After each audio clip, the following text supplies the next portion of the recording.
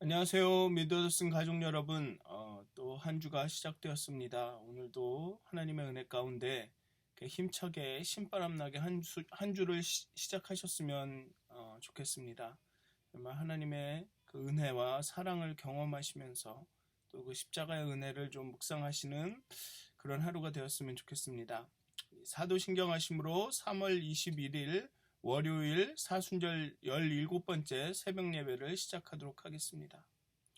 전능하사 천지를 만드신 하나님 아버지를 내가 믿사오며 그 외아들 우리 주 예수 그리스도를 믿사오니 이는 성령으로 잉태하사 동정녀 마리아에게 나시고 본디오 빌라도에게 고난을 받으사 십자가에 못 박혀 죽으시고 장사한 지 사흘 만에 죽은 자 가운데서 다시 살아나시며 하늘에 오르사 전능하신 하나님 우편에 앉아 계시다가 저희로서 산 자와 죽은 자를 심판하러 오시리라. 성령을 믿사오며 거룩한 공회와 성도가 서로 교통하는 것과 죄를 사하여 주시는 것과 몸이 다시 사는 것과 영원히 사는 것을 믿사옵나이다. 아멘. 찬송가 268장 함께 찬양하시겠습니다. 찬송가 268장입니다. 죄에서 자유를 얻게 함은. 찬송가 268장 함께 찬양하도록 하겠습니다.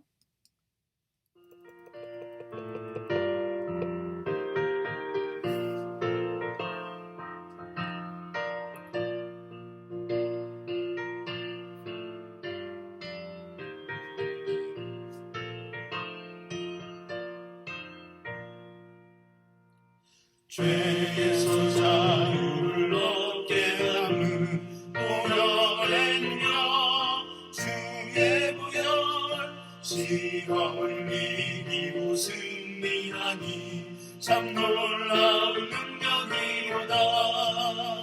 주의 보혈 능력이 또다. 주의 피 믿어 주의 보혈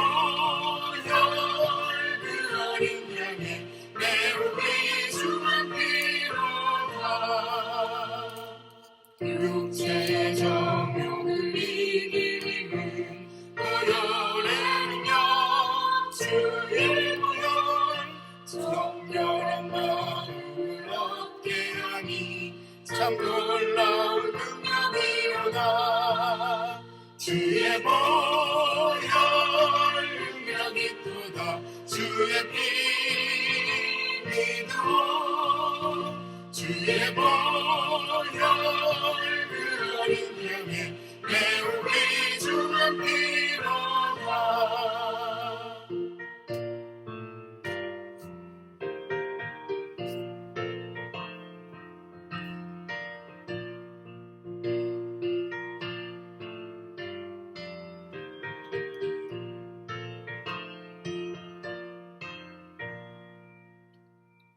눈보다 더 힘에 밝히는 것 보혈에는요 주의 보혈 부정한 모든 것 밝히시니 참 놀라운 능력이로다. 주의 보혈 능력이 또다. 주의 피 믿어 주의 보혈 그 어린 양의 매우 귀중한 피로다. 구주의 복음을 전할 제목 보혈에는요 주의 보혈 날마다 나에게 찬송 주니 참 놀라운 능력이로다. 주의 보혈 능력이 또다. 주의 피 믿어 주의 보혈 그 어린 양의 매우 귀중한 피로다.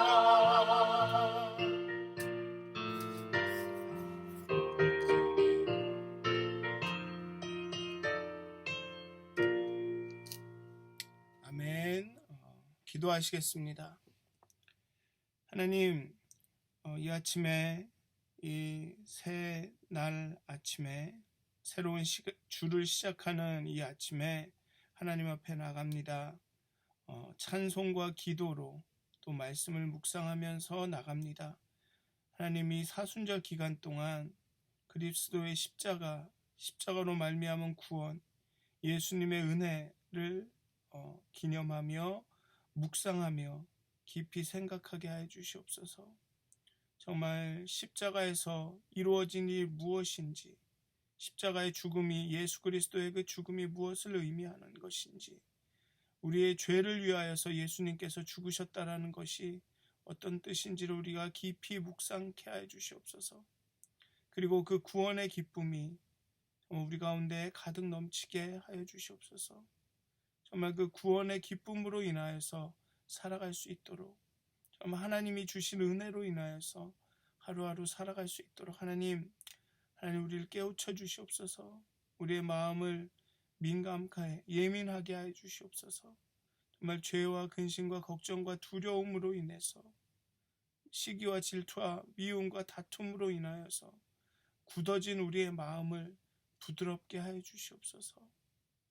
하나님, 그렇게 하나님을 깊이 생각하고 하나님 깊이 경험할 수 있도록 이 아침에 우리와 함께 하여 주시옵소서. 감사합니다. 예수님의 이름으로 기도하였습니다. 아멘. 오늘 함께 나누실 말씀은 마태복음 1장 18절에서 25절까지의 말씀입니다.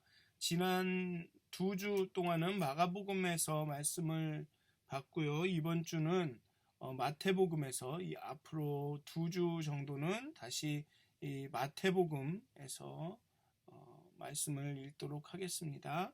오늘은 마태복음 1장 18절에서 25절까지의 말씀입니다. 제가 봉독하도록 하겠습니다. 마태복음 18절에서 25절까지의 말씀입니다. 예수 그리스도의 나심은 이러하니라. 그의 어머니 마리아가 요셉과 약혼하고 동거하기 전에 성령으로 잉태된 것이 나타났더니 그의 남편 요셉은 의로운 사람이라 그를 드러내지 아니하고 가만히 끊고자 하여 이 일을 생각할 때에 주의 사자가 현몽하여 이르되 다윗의 자손 요셉아 내 아내 마리아 데려오기를 무서워하지 말라. 그에게 잉태된 자는 성령으로 된 것이라. 아들을 낳으리니 이름을 예수라 하라. 이는 그가 자기 백성을 그들의 죄에서 구원할 자이심이라 하니라. 이 모든 일이 된 것은 주께서 선지자로 하신 말씀을 이루려 하심이니 이르시되 보라 처녀가 잉태하여 아들을 낳을 것이요 그의 이름은 임마누엘이라 하리라 하셨으니 이를 번역한즉 하나님이 우리와 함께 계시다 함이라. 요셉이 잠에서 깨어 일어나 주의 사자의 분부대로 행하여 그의 아내를 데려왔으나 아들을 낳기까지 동침하지 아니하더니 낳음의 이름을 예수라 하니라. 아멘. 이번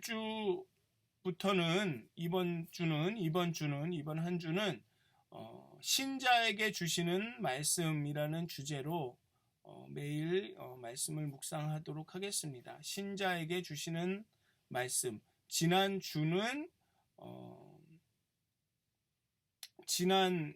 주는 기도에 대해서 어떻게 기도할 것인지에 대해서 말씀을 드렸다면 이번 주부터는 신자에게 주시는 말씀, 그리고 그 다음 주는 교회에게 주시는 말씀, 이렇게 하도록 하겠습니다. 지난 2주는 그 순례자의 기도에 대해서 순례자의 기도라는 주제로 이야기를 했고요. 이번 주부터는 신자에게 주시는 말씀, 그리고 다음 주는 교회에게 주시는 말씀, 이렇게 하도록 하겠습니다. 그래서 오늘은 신자에게 주시는 말씀 첫 번째로 죄에서 구원하실 예수. 예수는 죄에서 우리를 구원해 주실 분이다 라는 주제로 이야기하도록 하겠습니다. 오늘의 본문은 예수님의 성육신과 예수님께서 성육신하신 그 목적을 이야기합니다. 그리고 시편에 나오는 두 구절을, 구약의 두 구절을 언급하거나 혹은 그 염두에 두고 이야기를 합니다. 요셉에게 아이는 성령으로 잉태되었고 이제 마리아는 아들을 낳을 것인데 그의 이름을 예수라 하라고 합니다. 그리고 예수는 자기 백성을 그들의 죄에서 구원할 자이다 라는 뜻입니다. 예수라는 이름이 하나님이 구원하신다, 구원하시는 하나님이라는 뜻입니다. 예수 이름 자체가. 마태는 이 모든 일이 선지자로 하신 말씀이 이루어지는 것이라고 합니다. 그러면서 구약의 시편 130편을 보면 8절에 그가 이스라엘을 그의 모든 죄악에서 속량 구원하시리로다 라고 선포합니다. 즉 마태는 이 말씀을 염두에 두고 이 글을 쓰고 있는 것이죠. 여호와 하나님이 구원하신다. 그리고 예수는 자기 백성을 그들의 죄에서 구원할 자이다. 그렇게 이야기하면 예수는 하나님이라는 공식이 됩니다.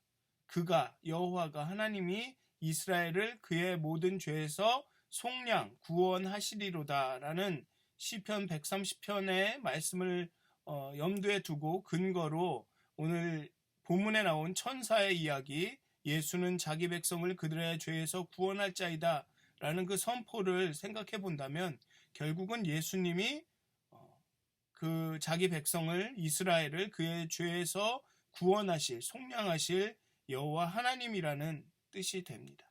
그렇게 예수님께서 성육하신 이유는 다른 게 아니라 그냥 사람을 돌보고 사랑하고 그냥 사람을 뭐 이렇게 보호하고 지키고 이것이 아니라 예수님께서 성육신하신 궁극적인 이유는 자기 백성을 그들의 죄에서 구원하기 위함이라는 것입니다. 그게 그리스도인들의 그 기독교의 핵심이라는 거죠. 우리의 신앙의 중심이 예수 그리스도에 있고 그 더 근본적인 중심은 그리스도의 십자가에 있다는 것입니다. 우리를 죄에서 구원해 주실 예수. 근데 자꾸만 죄라고 이야기하면 이 죄를 이 도덕적인 아니면은 법을 어기고 비도덕적인 행동을 하는 것을 죄라고 여기는데 이 성경에서 말하고 있는 근본적인 죄는 무엇이냐 하면 하나님으로부터의 분리, 하나님을 떠나는 것, 그 마음에 하나님 두기를 싫어하는 것입니다. 그렇게 하나님과의 분리되고 하나님을 떠나고 그 마음에 하나님을 두기를 싫어하기 때문에 그 안에서 이 죄라는 그 죄된 행동들이, 죄의 행위들이 나타나는 것이죠. 그 죄의 결과로서 그 비도덕적인 행동들이 나타나는 것입니다. 그런데 그 죄의 문제, 즉 하나님과의 분리, 하나님을 떠난 것, 하나님을 그 마음에 두는 것을 싫어하는 것을 해결하시기 위해 예수님께서 오셨다라는 것이죠. 그래서 화목제라는, 예수님께서 화목제, 대속물이 되셨다라는 이야기가 가능한 것입니다. 하나님과의 사이에 평화를 주기 위해서, 화목하게 하기 위해서 화목제가 되셨다라는 말이 그런 뜻을 갖게 되는 것입니다. 그리고 마태는 계속해서 예수의 또 다른 이름이 임마누엘이라고 합니다. 예수가 자기 백성을 그들의 죄에서 구원할 자이다 와 시편의 말씀을 이렇게 같이 연관지어 생각해 보면 예수는 하나님이라는 공식이 됩니다. 그렇기 때문에 또한 예수는 임마누엘이 될 수가 있는 것입니다. 임마누엘은 모두가 알고 있는 것처럼 하나님이 우리와 함께 계신다는 의미입니다. 하나님이 우리와 함께 계신다. 이것은 진술이고 선언입니다. 그래서 그의 이름은 임마누엘이라 하리라. 이는 보라 처녀가 잉태하여 아들을 낳을 것이요 그 이름을 임마누엘이라 하리라는 이사야 7장 14절의 말씀으로 우리를 인도합니다. 마침내 이사야 선지자가 예언한 그 아들, 그 아이가 왔습니다. 그리고 그가 바로 우리와 함께 계시는 하나님, 임마누엘입니다. 자기 백성을 그들의 죄에서 구원할 자입니다. 히브리인들, 이스라엘인들은 하나님에 대한 너무나도 숭고한 개념을 가지고 있어서 그분의 형상조차 만들지 않았습니다.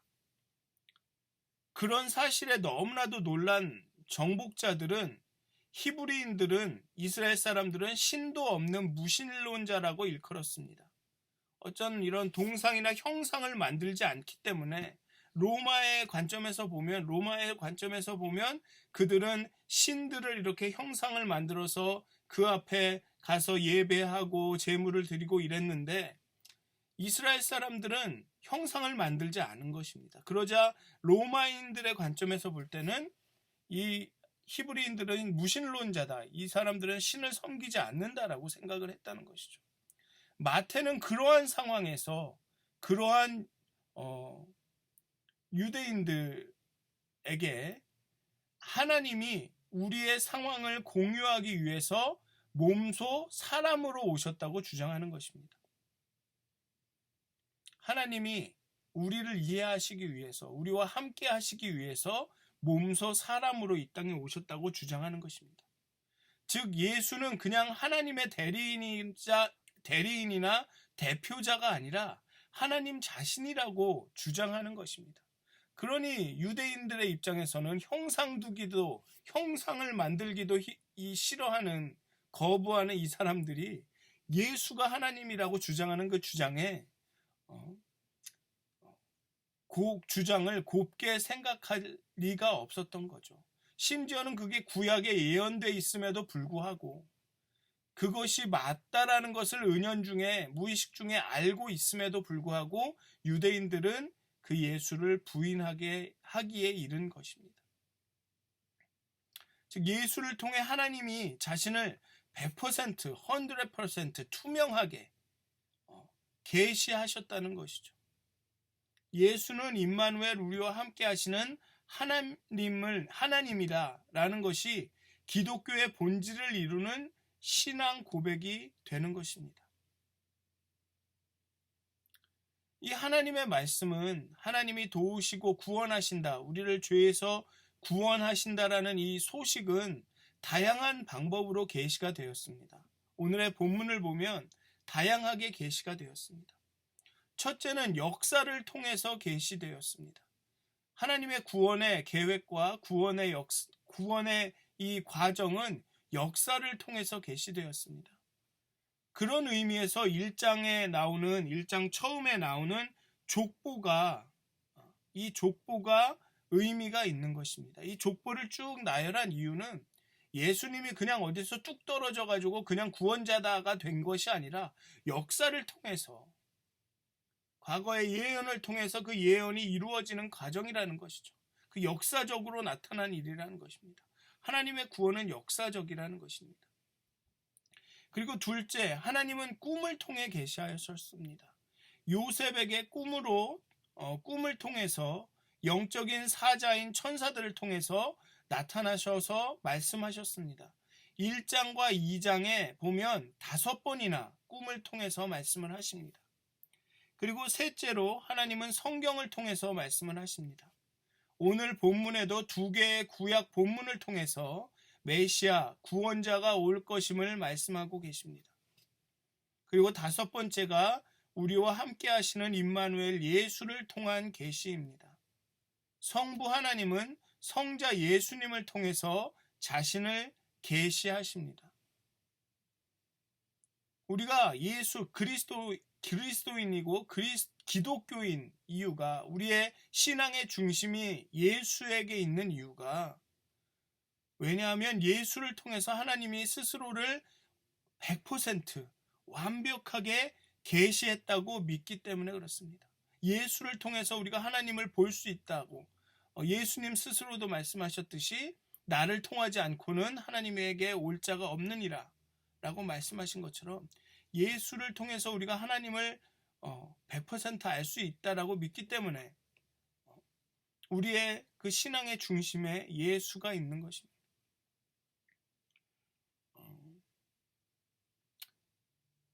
성부 하나님은 성자 예수님을 통해서 자신을 계시하셨고, 또 오늘의 본문을 보면 성령으로 잉태하사 성령님이 이 계시를 도우십니다. 즉 성령으로 잉태하셨다라는 말이 나오죠. 즉 성부 하나님, 성자 예수님, 성령 하나님이 함께 삼위일체로 일하셔서 하나님 자신을 드러내신다는 것입니다. 이렇게 하나님께서 우리에게 계시하시는 것은 예수가 우리를 죄에서 구원하실 것이라는 것입니다. 이 삼위일체 하나님이 우리에게 보여주시고자 하시는 것은 바로 예수가 우리를 죄에서 구원하실 것이라는 것. 하나님이 자신의 백성을 죄에서 구원하실 것이라는 것입니다. 우리가 예수를 그리스도라 부를 때 그리스도가 의미하는 것이 그것입니다. 메시아가 의미하는 것이 그것입니다.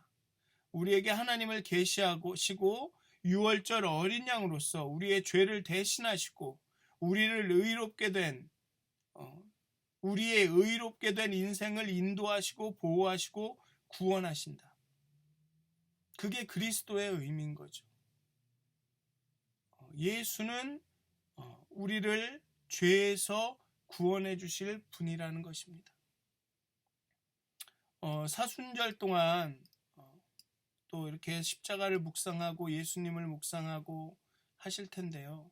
십자가의 구원이라는 것은 바로 죄에서 하나님과 분리된, 하나님과 떨어진, 하나님을 떠난, 하나님을 우리의 마음에 두기를 싫어한 그 죄에서 우리를 구원해 주실 예수, 그분을 묵상하는 기간이 사순절입니다.